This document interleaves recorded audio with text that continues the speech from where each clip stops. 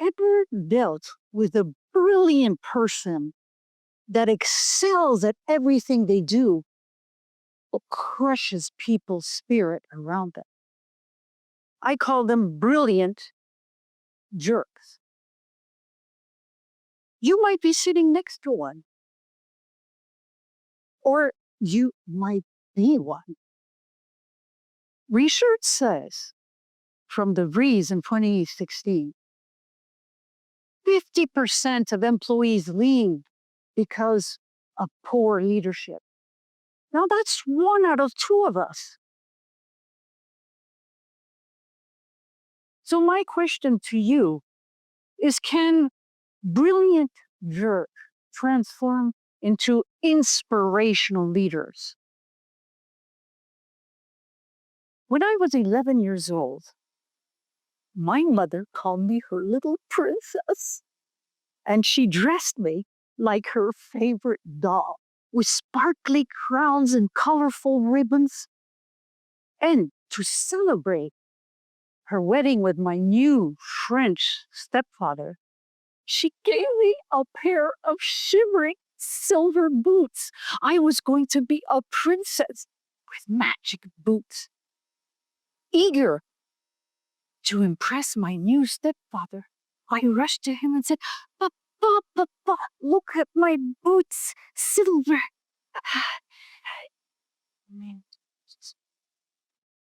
Boots silver? It's silver boots, silly. Your brothers can say it correctly. Why can't you? Then he turns around to my mother. "Darling, she keeps inverting words. And those boots make her look like a prostitute." Ah, don't worry. She's pretty. She'll get married anyway. I was crushed. Every word is a chisel. It can either sculpt us or chip away at your spirit.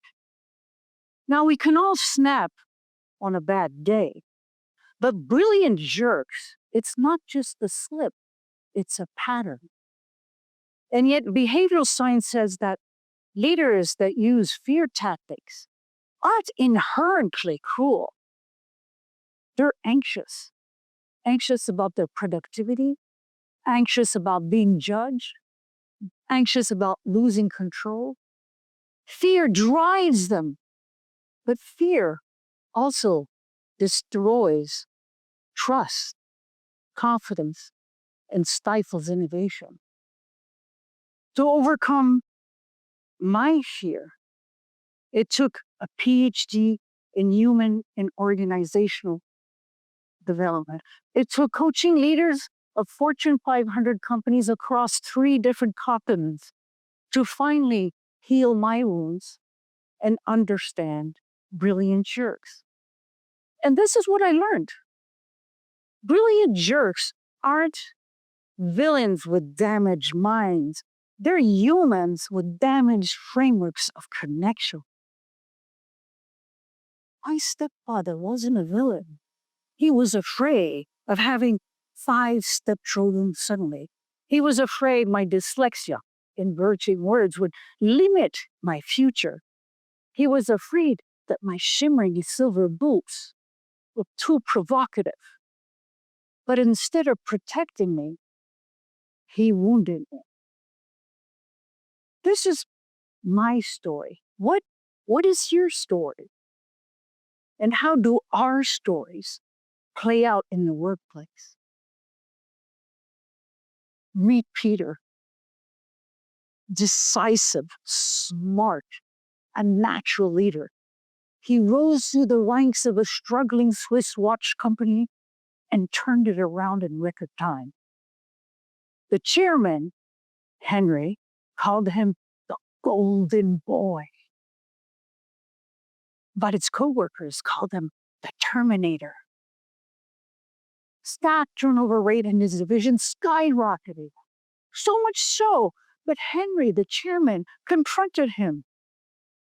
"Peter, people are leaving your division in droves."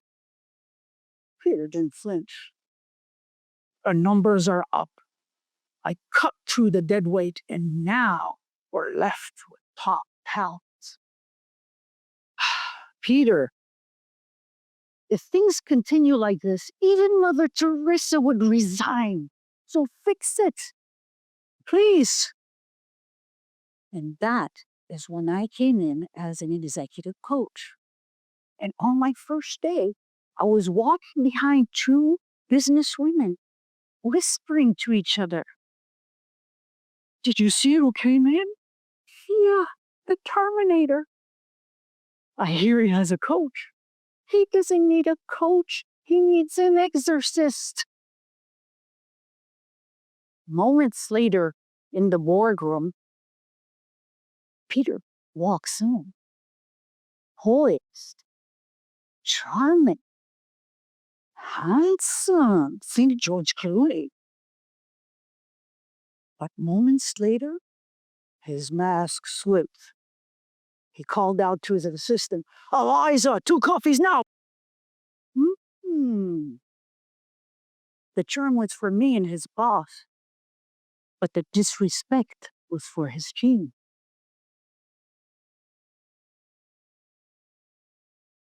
Over time, I realized Peter's personal story. As a child, love meant achievement, top grades, trophies, or he was ignored. If he didn't perform, he was invisible, forgotten. His outbursts were fueled by fear of failing. So what was his breakthrough? When he received anonymous feedback from his coworker. What? They call me the Terminator? At the first time, Peter realized that for his lasting success, he needed to develop and inspire his people. Whether that was out of compassion or self-interest. The net result was a healthier workplace where everyone could thrive. And that is the power of turning the mirror around and discovering how you impact others. But what was Peter afraid of? What do we do when we're frightened or threatened? We fight, we flee, we freeze. Brilliant jerks fight, fearing that their mistake is proof they're frauds. A question is an attack on their competence. Somebody else's success is evidence of their own inadequacy. They're afraid of being perceived as incompetent. Yes, I know it's counterintuitive, but here's a framework that transformed Peter and hundreds of leaders I worked with since. It's called the 3D leadership solution. First, you dig for your underlying fears. And the next time we have an outburst, pause, ask yourself, am I afraid of looking incompetent? Am I afraid of being dismissed? Am I afraid of losing control? Name it, because vain fears control you. When you name the fear, you control it. Second, discover how you are perceived. Ask 3 important people what you do well and what you could improve to improve the relationship. Then listen. No excuses, no debates, just simply say, thank you. Third, deliver the changes necessary to improve the relationship. Pick a behavior, practice it, integrate it, then circle back to those you question and ask them, have you noticed any change? Because small shifts in behavior create big breakthroughs. Remember Peter? When he started to change his behavior, for example, Oh, what's wrong now? To, how can I help? Eliza, for the first time, said, he actually listens to me now. 6 months later, his division had the lowest turnover rate in the company. But Henry didn't call him the golden boy anymore. But his team did. And Henry, a year later, promoted him to CEO. So can brilliant jerks transform into inspirational leaders? Yes, they can. When they dig for their underlying fear, when they discover how they impact others, when they deliver the necessary changes to improve the relationship.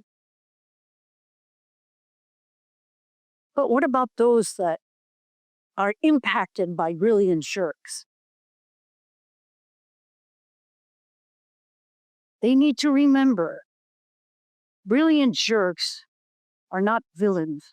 They're humans with damaged frameworks of connection. Sometimes we too can harm people without even realizing it. So we can all improve our frameworks of connection. And when we do, families and workplaces do not just survive, they thrive. So my question to you, will you connect to inspire so you can thrive and inspire others?